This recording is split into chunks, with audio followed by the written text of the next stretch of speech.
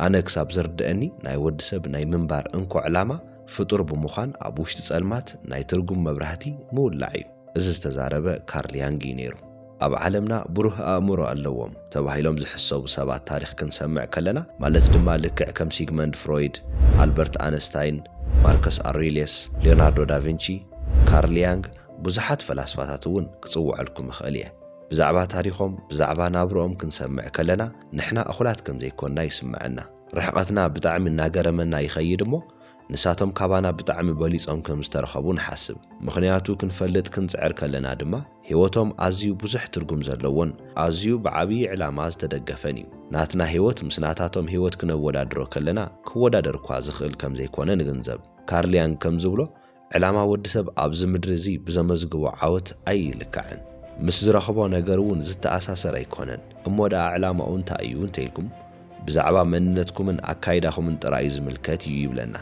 بزعبا حدث بكتفولتو تدلي ونجر انت حاليو أمرو ويدما هي سايك معزاب أخولي بخالي أبها هلا نفسه ويدما ناي حق مننتو زرئيو له من قد مرعاي مالتي يبلنا بزعبا كونشس مايندن ساب كونشس مايندن أتصبيقهم كم تفولتو تأمامني كونشس مايند مالت بحاطيرو نقحات حلينا مالتي ويدما نقحات كوينا نفلطو النستوعلون النجنزابون نجاريو جنزابنا زلوا بوتا كله نحناو النقحات ويدما كونشس كوينا لنا مالتيو أبزي انتا يالو انتايلكم إيغو زبهال نجار الله أمو كاب كونشس مايندنا ويدما نقح حلينا ناوزاي نحنا منم زين فلطو بزحق زي زملت أنا نجار أب ساب كونشس مايند يغمت أبوشت زي ساب كونشس مايند ويدما حبو حلينا نازل لو زين فلطو مستحبو نجارات انتا يبهالو انتايلكم شادوس ويدما تسلالوت نبلوم كارل يانغ نزي دارك سايد يبلو ويدما تسلمات قوننا كارل يانغ بزيادة خقلصو خلو دما خمز يبل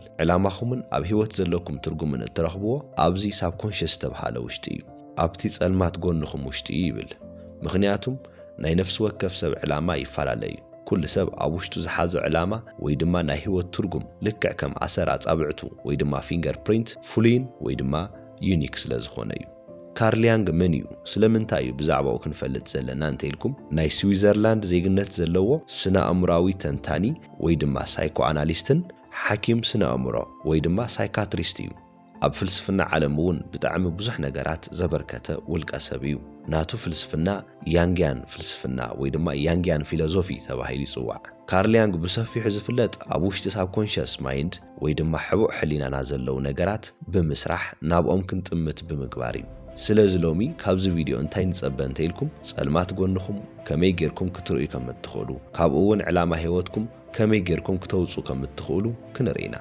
مخنياتهم اننا نبركم زلخم بساب كونشس مايندكم وي دما بزيرأ حبو حليناكم يو نسخاتكم غنا نت نجر ايتستوعلون كونشس مايندكم وي دما نقحات حليناكم دما 10% رايو سلازي نسو اخو لا يكونن اتزترفه 9% نعاهم ايتغلصن مالتيو نسو دما زلو ابوشتكم كترخبو وغن ايكالكمن منت زيو صلمات غونكم دليو زبلنا نابتناي مجمرتا تمرتنا كنكيد نخلينا كارل يانغ بزعبا صلمات غوننا وي دما سابكونشس مايند يزارب كمز دما يبل رايكم زصرين ግልጽን ዝኸውን ናብ ናይ ገዛ ርእስኹም ልቢ ክትጥምቱ ወይ ድማ ክትዕዘቡ ክትኽእሉ ከለኹም ጥራይ ይብል ኩሉ ግዜ ናብ ወጻእ ዝጥምት ሰብ ይሓልም ናብ ውሽጢ ዝጥምት ሰብ ግና ይነቅሕ ይብል ኩሉ ሰብ ከማፈጣጥራው ናቱ ዝተፈለየ ትርጉምን ዕላማን ሒዙ ይንቀሳቐስ ነዚ ናይ ውልቆኹም ዝኾነ ፍሉይ ድሌትኩም ሕልምኹም ወይ ዕላማኹም بحفشا دما ناي هيوت ترجمكم نمركاب قدم قدادم نبعلكم كترخبولكم زبزح حساب زتعلل دما ابزيو رؤسو كيفلته حلمو وي دما علامه هيوتو نمد لاي قالس دخمتهم طنكارهم دليتهم فوليوم زفولطو يمسلم كارليان كم زبلو غنا نابز كل نجر قلم متاوكم نفسخا مردا وي دما سيلف رياليزيشن ابز بحال مسرح كتحالفلكم يبل نجزار اسخا مفلاط وي مستو عليلكم كتحزو تخوليكم نفس وكف سب ناي كونشس مايندن ساب كونشس مايندن تمراتيو انفلطو انغنزابو وي دما زفلطناين زيفلطناين نجر مالتيو كارل يانغ ذا شادو وي دما صلالوت يلو صوعو دما اب ساب كونشس مايندنا وشت زلو سربرسد زخونو وي دما زتعفنو دليتاتنا وي دما سمعيتاتنا يوم اب حبو حلينا وشت زلو خالي صلالوت مالتيو نايز صلالوت ابنت هابنا انت الكمني سنفنا حرقان قنئي ወይ ድማ ዝኾነ ንዓኹም ይሕፍረኒ ኢልኩም እትሓስብዎ ባህሪ ኣብዛ ጽላሎት እትበሃል ሰፕረስድ ዝኾነት ወይ ድማ ዝተዓፈነት ጎኒ ውሽጢ ይቕመጥ። ናብቲ ቀንዲ ነገር ክንመጽእ ከለና እቲ ጽላሎት ኣበይ እዩ ዘሎ ክትብሉ ትኽእሉ ኢኹም። ኣብ ሳብኮንሽስ ማይንድ ውሽጢ፣ ኣብ ሕቡዕ ሕሊናና ውሽጢ። ሕቡዕ ሕሊና ዝተባሃለሉ ምኽንያት ከ ስለምንታይ እዩ? ንሕና ዝፍጠር ዘሎ ነገር ስለ ዘይንፈልጥ እዩ። ምክንያቱም እንፈልጦ ነገር እንተዝኸውን ነይሩ ኣብ ኮንሽስ ማይንድ ውሽጢ መሃለወ። ስለዚ ኣብዞም ዝተዓፈኑ ስምዒታትና ዘለዉ ነገራት ኩሎም ፈሊና ክንፈልጥ ኣይንኽእልን። ምክንያቱም ንቑሓት ወይ ድማ ኣዌር ኣይኮናን ወይ ድማ ግንዛቤ የብልናን። እዞም ስምዒታት እዚኦም ንነዊሕ ግዜ ሸለል ስለ ዝተብሃሉን ስለ ዝተዓፈኑን ኣብ ኣእምሮና ከም ሓሳብ ኣይመጹን። እዚ ማለት እቲ ጉዳይ ሱር ሰዲዱ ኣሎ ማለት እዩ። ነቶም ባህርያት ወይ ድማ ነቶም ስምዒታት ናብ መንነትና ቀይርናዮም ኣለና። ልክዕ ናትና ገጸ ባህሪ ይመስሉ። ነፍሲ ወከፍ ባህሪ ወይ ነፍሲ ወከፍ ስምዒት ልክዕ ከም መንነትና ወይ ድማ ከም እንቕይሮም ማስክ ንጥቀም። ካብቶም ስምዒታት ውሽጢ ካብቶም እንሓፍረሎም ኣብ ውሽጢ ጽላሎት ዘለዉ ከይሓሰብናዮን ከይስተውዕልናዮን እንጥቀመሉ ገጸ ባህሪ ይህልወና ማለት እዩ። ስለምንታይ እዞም ነገራት ከም ማስክ ጌርና እንጥቀመሎም እንተኢልና ድማ ብሰባት ክንፍተው ወይ ድማ ተቐባልነት ንምርካብ ኢልና እዩ። ንኹሉ ሰብ ሓደ ዓይነት መንነት ኣይነርኢን። ከም ኩነታቱ ወይ ድማ ከምቲ ሰብ እንቕይሮ ኩነታት ይህልወና። ፐርሶና ንፈጥር። ፐርሶና ማለት ፎልስ አይደንቲቲ ወይ ድማ ናይ ሓሶት መንነት ንፈጥር። እዚ ድማ ጠንካራ ጎንና ማግኒፋይ ዝገብር፣ ድኽመትና ድማ ዝሓብእ ናይ ህዝቢ ገጽታ ፈጢርና ንንቀሳቐስ ማለት እዩ። ኣብ ግዜ ቁልዕነትና ዘጥረናዮም ማሕበረሰብ ዘይቕበሎም ባህርያት ዓፊና ሒዝናዮም ክንኸውን ንኽእል። ንዓና ቀረባ ንዝኾኑ ሰባት እውን ከይተረፈ ናይ ምጉዳእ ድሌት፣ ናይ ሕነ ምፍዳይ ባህጊ፣ ኣብ ልዕሊ ካልኦት ዘለና ጥርጣረ፣ ዝለዓለ ናይ ስልጣንን ሓይልን ባህጊ ዝሓዘ እዩ። ነዚ ብውሽጥና እንጽየፎ ዳርክ ሳይድ ወይ ድማ ጸሊም ጎኒ ዓፊና ሒዝናዮ ከለና ብደገ ወይ ድማ ብሰባት ግና ብጣዕሚ ሕያዋይን ጽቡቕን መሲልና ንርአ ንኸውን። to master yourself ወይ ድማ ናይ ገዛ ርእስኹም ጎይታ ንምዃን ሓደ ነገር ክትገብሩ ኣለኩም። ኣብ ውሽጥኹም ንዝተሓበአ ጽላሎት ወይ ድማ ሻዶው ንባዕልኹም ክተፋልጡ ኣለኩም። ነገር ግን እዚ ብጣዕሚ ዓብዪ ስራሕ ይሓትት። ካብ ልብኹም ትገብርዎ እንተዘይኮይንኩም ድማ ብፍጹም ክትገብርዎ ከም ዘይትኽእሉ እዩ ዝነግረና ካርል ያንግ። ንሱ ከም ዝብሎ ዳርክ ሳይድኹም ወይ ድማ ጸልማት ጎንኹም ፍለጥዎ። ከመይ ኢልኩም ተሓቱ ትኾኑ በብመዓልቱ ንርእስኹም ክትምርምሩ ሪፍሌክት ክትገብሩ ይግባእ። እተርእይዎ ባህሪ ዘለኩም ሓሳባት ዝስምዓኩም ስምዒት ንድሕሪት እናተመለስኩም ክትዕዘብዎም ሪፍሌክት ክትገብሩ ወይ ድማ መሊስኩም ነቶም ነገራት ክትዕዘቡ ይግባእ። እዚ ከመይ ይሰርሕ እንተኢልኩም ብምጽሓፍ ሓሳባትኩም ብምጽሓፍ ወይ ድማ ኣብ ወረቀት ብምስፋር ብምስትንታን ወይ ድማ ሜዲቴት ብምግባርን ናይ በይንኹም ናይ ጽሞና ሰዓት ብምቕማጥ ብተወሳኺ ድማ ንገዛ ርእስኹም ሕቶ ብምሕታት ስለምንታይ በዚ መንገዲ ተንቀሳቒሰ ኣክት ገይረ ወይ ድማ ስለምንታይ ከም ዝኾይነ ባህሪዬ ኣብ ሰዓት ስለምንታይ ከም ዝኾይኑ ስለምንታይ ክጠርዕ መሪጸ ከምዚ ዓይነት ስምዒት ስለምንታይ ይስምዐኒ ኣሎ እዚ ሓሳብ እዚ ካበይ መጸ ስለምንታይ ነዚ ብተደጋጋሚ ዝሓስቦ ዘለኹ ልክዕ ፖሊስ ጣብያ ኣቲኹም ከም እትሕተቱ ንገዛ ርእስኹም ምምርማር ኢንተሮጌት ወይ ድማ ምሕታት ማለት እዩ። ስለምንታይ ዝገብሮ እዚ ነገር ኣባይ እንተ ዝግበር ነይሩ እንታይ ምተሰምዐኒ እዚ ኩሉ ነገር ንርእስኹም ተሓቱ። ካርል ያንግ ከም ዘረድአና ነዚ ጸልማት ጎንኹም ብምፍላጥ ወይ ብምርዳእ መንነትኩም ኣብቲ ነገርቲ እናገበርኩም ኣይኮንኩምን ወይ ድማ ርእስኹም ብኡ አይደንቲፋይ እናገበርኩም ኣይኮንኩምን። ንኣብነት ኣብ ጽላሎትኩም ዘሎ ናይ ሕርቃን ስምዒት እንተኾይኑ ንርእስኹም ከም ተናዳዲ ሰብ ክትርእዩ የብልኩምን። ነገር ግን ኣብ ውሽጥኹም ከምዚ ዘናድደኩም ባህሪ ወይ ስምዒት ከም ዘለዎ ንምግንዛብ እኹላት ኢኹም ማለት እዩ። ነቲ ነገር ኣፍልጦ ምሃብ ኣክናውሌጅ ምግባር ወይ ድማ ምፍላጥ ናትኩም ዝዓበየ ስራሕ እዩ። ምክንያቱም ክሳብ ሎሚ ዘይረኣኽምዎ ዘይስተውዓልኩምዎ ነገር ሕጂ እናረኣኽምዎ እናስተውዓልኩምዎ ስለ ዝኾንኩም ንሱ እዩ እቲ ቀንዲ ነገር።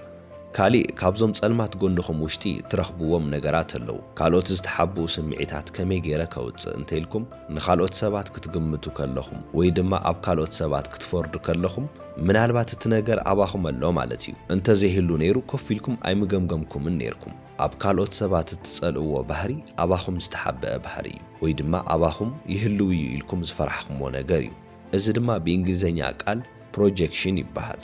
ሓደ ሰብ ብጣዕሚ እንተናዲድኩም ወይ ድማ ሓደ ሰብ ንዓኹም ኣኖይ ዝገብረኩምን ዘበሳጭወኩምን ወይ ድማ እናጓሃየኩምን ተመጽዩ ስለምንታይ በቲ ባህሪኡ እበሳጭ ኣለኹ እዚ ነገር እዚ ኣባይ ተሓቢኡ ይኸውን ኢልኩም ክትሓቱ ይግባእ። ሓደ ሰብ ንኣብነት ሰብ እንተፈሪዱ እቲ ዝፈረደሉ ምኽንያት እቲ ሰብ ብጣዕሚ ስሱዕ ስለ ዝኾነ እዩ።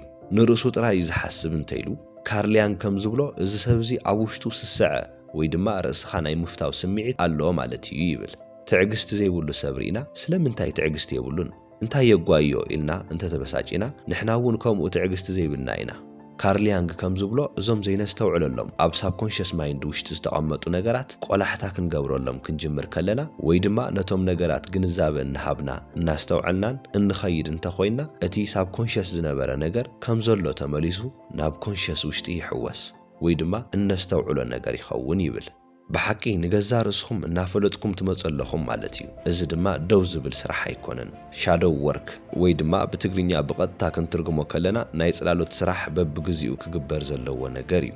ምክንያቱም ወዲ ሰብ ይልወጥ እዩ፣ ይቕየር እዩ፣ ሓደሽቲ ነገራት እውን ይመጽ እዮም። ስለዚ እዚ ስራሕ እዚ ደው ክብል የብሉን። ክሳብ ሕጂ ከም ዝተረዳዳእና ተስፋ ይገብር። ካብዚ እንዳሓርኸ እንታይ ክንገብር እንተይልኩም work on yourself ይብለና ኣብ ርእስኹም ስርሑ ማለት እዩ። ካርል ያንግ ከምዚ ይብለና ኣነ ጽቡቕ ሰብ ክኸውን ኣይደልን ትምኒተይ ሙሉእ ሰብ ክኸውን እዩ ይብል። ሕጂ ንስኻትኩም ስራሕኩም እናሰራሕኩም ኢኹም አንኮንሽስ ወይ ድማ ሳብኮንሽስ ተባሃለ ብግቡኡ እናመርመርኩም ኢኹም። ምናልባት እውን ኣብኡ ንስኻትኩም ዘይትደልይዎም ወይ ድማ ሰሓባይ ዘይኮኑ ባህርያትኩም ስምዒትኩም ሓሳባትኩም ረኺብኩም ትኾኑ እሞ እዚ ነገር እዚ ንዓይ እንታይ ይጠቕመኒ ወይ ከመይ ገይሩ እዩ ንዓይ ዝሕግዘኒ ኢልኩም እንተሓሲብኩም ብሓደ ወገን ሓቂ እናተዛረብኩም ኢኹም ክበሃል ይከኣል እዩ። ምክንያቱም ዝገደደ ሕማቕ ስምዒት እናተሰምዐኩም ይኸይድ። ምክንያቱም ክሳብ ሎሚ ሸለል እትብልዎ ትዕፍንዎ ዝነበርኩም ስምዒት ሓሳብኩም ወይ ድማ ባህሪኹም ሕጂ ንዓኹም ተገሊጽልኩም ኣሎ ማለት እዩ። ማለት ድማ ፈሊጥኩም ኣለኹም። ስለዚ ካብ ሕጂ ንድሓር ክትሓብእዎ እትኽእሉ ነገር ኣይኮነን። ነገር ግን ካርል ያንግ ኣብዚ ዝብሎ ነገር ኣሎ።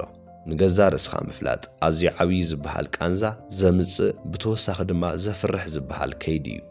ብዙሓት ሰባት ነዚ ነገር ፍርሒ ወይ ድማ ሕማቕ ባህሪኦም ምዕዛብ ብጣዕሚ ሕማቕ ነገር ከም ዝኾነ ስለ ዝሓስቡ ነቶም ሕማቕ ዝብልዎም ሓሳባት፣ ስምዒታት፣ ድሌታት ከም ዘሎ ሓቢኦም የቕምጥዎም። ሓቢኦምን ዓፊኖምን ስለ ዘቕምጥዎም ጥራይ ድማ እቶም ስምዒታት ዝጠፍኡ ይመስሎም፣ ነገር ግና ኣይጠፍኡን እዮም እዩ ዝብለና።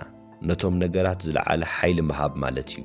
ኣብ ውሽጥኹም እናተስፋሕፍሑን ዝለዓለ ሓይሊ እናረኸቡን ይኸዱ። ኣብ ዓሚቕ መንነትኩም ውሽጢ ይቕበሩ እሞ ኮፍ ይብሉ።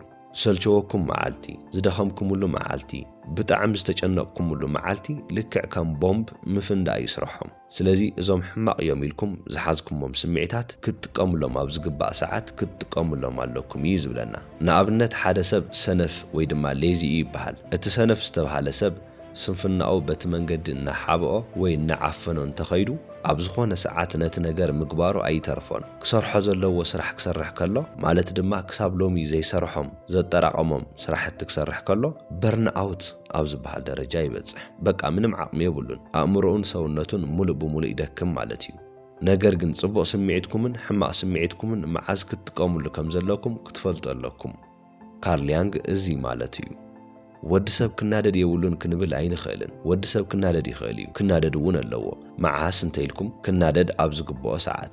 ሓደ ሰብ ንዓኹም ብጣዕሚ እናጎድአኩም እንተኾይኑ ክትናደዱ ይግባእ። ንገዛ ርእስኹም ጠጠው ክትብሉ ዘኽእለኩም ስምዒት ይኸውን። ስለዚ ካርል ያንግ ዝብሎ ስምዒትኩም ጽቡቕን ሕማቕን ኢልኩም ኣይትኸፋፍልዎ። ነገር ግን እዚ ስምዒት እዚ ክጥቀመሉ ዘለኒ መዓስ እዩ፣ እዚ ባህርየይ ከሪኦ ዘለኒ መዓስ እዩ ኢልኩም ክትኸፋፍልዎ ይግባእ እዩ ዝብለና። እሞ ደኣ ሕጂ ጽላለትኩም ፈሊኹም ምፍላጥ ዝኽኣልኩም ሰባት ኢኹም። እዚ ማለት ድማ መንነትኩም ፈሊጥኩም ኣለኹም ማለት እዩ። መንነትኩም እንተፈሊጥኩም ድማ ድሌትኩም ክትፈልጡ ትኽእሉ ኢኹም። ሰልፍ ኢምፕሩቭመንት ዝመጽእ ድማ ኣብዚ እዩ። ኩሉ ግዜ እንተኾነ ተመሓይሽዎ ጎኒ ኣለኩም፣ ኣብኡ ምብርታዕ እዩ። ናብቲ ዝቕጽል ክንሰግር ከለና ድማ ቴክ ኣክሽን ይብለና፣ ናብ ተግባር እተዉ ማለት እዩ። ካርል ያንግ ከም ዝብሎ ንስኻትኩም እትትገብርዎ ነገር ኢኹም እምበር ክገብሮ እየ ኢልኩም እትዛረብዎ ነገር ኣይኮንኩምን ይብል። መንነትኩም እንተፈሊጥኩም ማለት ድማ ርእስኹም እንተፈሊኹም ናብቲ ዝቕጽል ስጉምቲ ናብቲ ዝቕጽል ስቴፕ ክትሰግሩ ከለኹም ዕላማ ህይወትኩም ምፍላጥ እዩ። እሞ ደኣ ንዕላማ ህይወትኩም ብሓሳብ ጥራይ ክትውድእዎ ኣይትኽእሉን። ዕላማ ህይወትኩም ዝርከብ ኣብ ልምምድ ወይ ድማ ኣብ ፕራክቲስ ውሽጢ ይብለና። እዚ ማለት እንታይ ማለት እዩ? ንገዛ ርእስኩም ምምሕያሽኩም ወይ ድማ ርእስኩም ምፍላጥኩም ዝርአ ዝንጸባረቕ ኣብ ተግባርኩም ውሽጢ እዩ።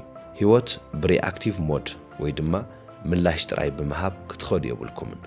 ንዝመፀኩም ንዝኾነ ነገር ሪኣክት እናገበርኩም ወይ ድማ ምላሽ እናሃብኩም ክትኸዱ የብልኩምን። ሓደ ግዜ ነገራት በዓልኩም ኢኒሼት ምግባር፣ ምጅማር ወይ ድማ ምውላዕ ክትኽእሉ ይግባእ። ሰባት ናባኹም መጺኦም ኣዕርኽትኩም ክሳብ ዝኾኑ ኣብ ክንዲ ምጽባይ ንስኻትኩም ክትረኽብዎ ትደልይዎ ዓይነት ዓርኪ ኮይንኩም ቀረቡ። ሰባት ናባኹም መጺኦም ተጻወትቲ ክኾኑ እንተደሊኹም ንስኻትኩም ከይድኹም ተጻወትቲ ኹኑ። ንስኻትኩም ትደልይዎ ናይ ስራሕ ቦታ ዕቤት እንተኾይኑ እቲ ዕቤት ንምርካብ ኮፍ ኢልኩም ኣይትጸበዩ። ነቲ ቦታ ንምሓዝ ዝበቅዕ ሰብ ኩኑ። ህይወትኩም ብትርጉም ዝመልአን ብዕላማ ዝመልአን ክኸውን ኣብ ክንዲ ምጽባይ ህይወትኩም ክትነብሩ ከለኹም ትርጉም ዘለዎን ብዕላማ ዝተደገፈን ምዃኑን ኣረጋግጹ። ንባዕለይ ድሕሪ 1 ዓመት ኣበይ ክረኽቦ? ርእሰይ ድሕሪ 5 ዓመት ኣበይ እንተረኣኽዎ ደስ ይብለኒ? እዞም ሕቶታት ክትሓቱ ይግባእ። ሕጂ ንኣብነት ብሉጽ ጸሓፊ ክትኾኑ ትደልዩ ብዙሓት ክትህልዉ ትኽእሉ ኢኹም።